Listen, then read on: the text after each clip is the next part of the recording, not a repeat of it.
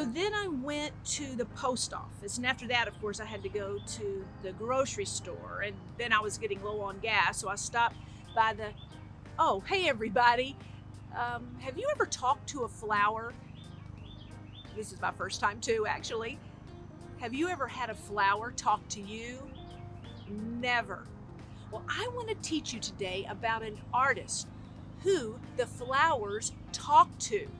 But I want to kind of find a more flowery area. I wonder where we could go.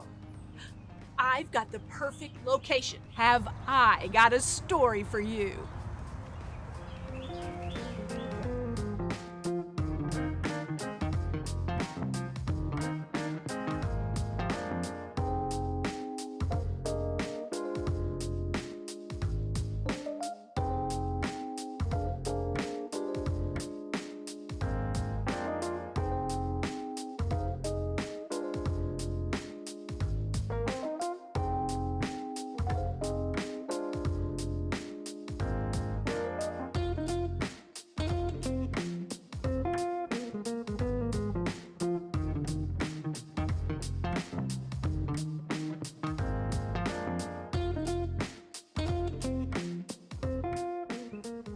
I think I have found the perfect location. So, I want to tell you about an artist who heard the flowers. Now, the flowers weren't actually talking, but in her mind, in her brain, she thought that they were. Her name is Yayoi Kusama. She was born in 1929 in Matsumoto, Japan. Yayoi was the youngest of four children. Her parents owned a plant nursery that sold beautiful flowers like peonies and zinnias all over the country. They even grew pumpkins. Yayoi Kusama really liked the pumpkins. They were all different shapes and sizes, and some even looked funny to her. Yayoi's favorite thing to do was to take her sketchbook to the many gardens her parents owned and to sketch. She loved to draw, but this did not make her parents happy at all. If her mother found her drawing, she would snatch the paper away and tear it up. You see, Yayoi Kusama's parents were very strict and very conservative. They raised their boys to work their business, and the girls were to learn manners and etiquette, how to cook, how to run a home, and how to look pretty so that one day they could pick out a suitable husband for them. Yayoi's mother was very mean.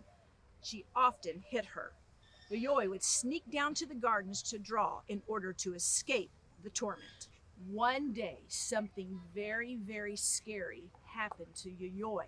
She had taken her sketchbook and snuck down into the gardens to draw. She was looking at the flowers, but suddenly the flowers seemed to be coming towards her, and they began to talk in real words. Well, as you can imagine, it scared her to death. Her legs started to tremble. She ran out of the garden, terrified. As soon as she got up to her room, she got her sketchbook back out and she began to sketch what she had seen. See, the flowers didn't actually move. They didn't actually talk to her, but she had an illness in her brain that made her think that they were. When that happens, it's called a hallucination. And it began to happen a lot to Yayoi. Whether it was the flowers coming in and talking to her, sometimes the pumpkins would talk to her. And one time she was sitting at the kitchen table. Her mother had laid out a tablecloth that had all this little flower patterns all over it.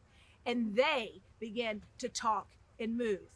In order to help keep her from being so terrified, so afraid of these hallucinations, she would draw, and it would tend to calm her down. When she turned 19, her parents finally allowed her to attend an art school. Her parents had picked out a very traditional art school, one that taught the Nihonga style, which was an old Japanese style. Yayoi didn't want to paint like that. She wanted to paint more modern paintings. Yayoi Kusama discovered the artwork of an American artist named Georgia O'Keeffe in a bookshop in Matsumoto. She wrote a letter to Miss O'Keeffe asking how she could make her way into the New York art world. She even sent Georgia some of her watercolor paintings. Georgia O'Keeffe was very honest and told her it was very hard to make a living as an artist. Even though it was going to be difficult, Yayoi decided to head off to New York City. She departed with a few $100s sewn into the lining of her dresses, along with 60 silk kimonos and some drawings. She hoped to survive by selling one or the other. Once she arrived in New York City, she began to take her paintings from gallery to gallery, trying to see if they would show her paintings, or even better yet, to buy some. But no one seemed interested in Yayoi's artwork, especially her favorite style, which was using the dot. But painting those dots helped her to manage her hallucinations. Again, with the help of American artist Georgia O'Keeffe, she was able to get her artwork put in some galleries, and she sold several. In time, people became familiar with the quirky Japanese lady with the unique artwork using dots. One of her favorite styles she called the infinity nets. She would take a huge canvas and paint little dots all over it. But it didn't stop there. She began to paint dots on everything, especially her beloved pumpkins. Sometimes she would work 50 hours straight. After 20 years in New York City, she was exhausted and tired of being without a lot of money. So she decided to go back to Japan. When she got there, she went ahead and enrolled herself into a mental hospital, a hospital that would help her with her hallucinations. And she didn't mind it too badly. As long as she could create, as long as she could paint, she was happy being there. Years and years passed. In 1989, the Center for International Contemporary Art staged a look back at some of Kusama's artwork. And when the visitors came into the exhibit and saw her dots, do you think they liked it? They loved them. Suddenly, Yayoi became famous. She continued to paint her dots. She rented a studio right across the street from the hospital. Every day she would work in the studio and then return home to the hospital to sleep at night. She liked to dress up when showing her artwork, often wearing dots on her clothing she designed. One of her favorite outfits was a bright red wig with bright red lipstick. I wonder how I would look in a red wig and lipstick. I think I'll find out. Whew.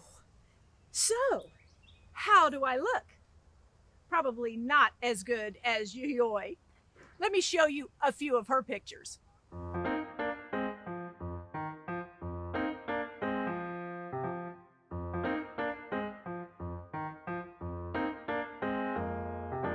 Today, at 91 years old, Yayoi Kusama still lives at the Siwa Hospital in Tokyo. Every day, she walks across the street to her studio to work. You will find Yayoi Kusama's artwork and art styles all over the world. At some exhibits, you will find white rooms where you can add dots wherever you want. Now that would be fun.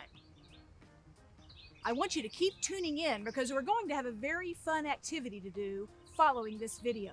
And remember to stay safe and stay healthy.